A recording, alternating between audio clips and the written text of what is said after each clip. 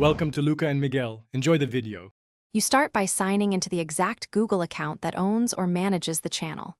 Once signed in, go to YouTube Studio and make sure the correct channel is active. This avoids looking at the wrong data. Next, confirm monetization is enabled and AdSense is linked. Without that linkage, you won't see earnings.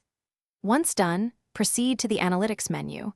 That's where the revenue view lives and where you'll begin analyzing numbers immediately. You now open Analytics and select the Revenue tab to reveal estimated revenue, RPM, and playback-based CPM. Make sure to change the date range to the period you want, and apply filters for specific videos or countries so you can isolate performance. As you drill down, check revenue sources to see ads versus YouTube Premium and transactions. This explains why numbers move. If you need granular detail, click into individual videos. You finish by exporting the revenue report or using the detailed breakdown to reconcile with your own records. Exports let you sort, and some offline.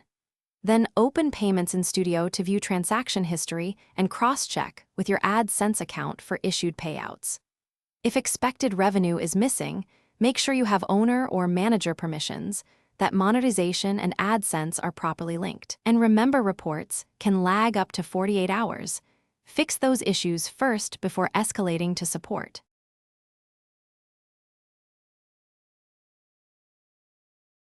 Thanks for watching and please subscribe.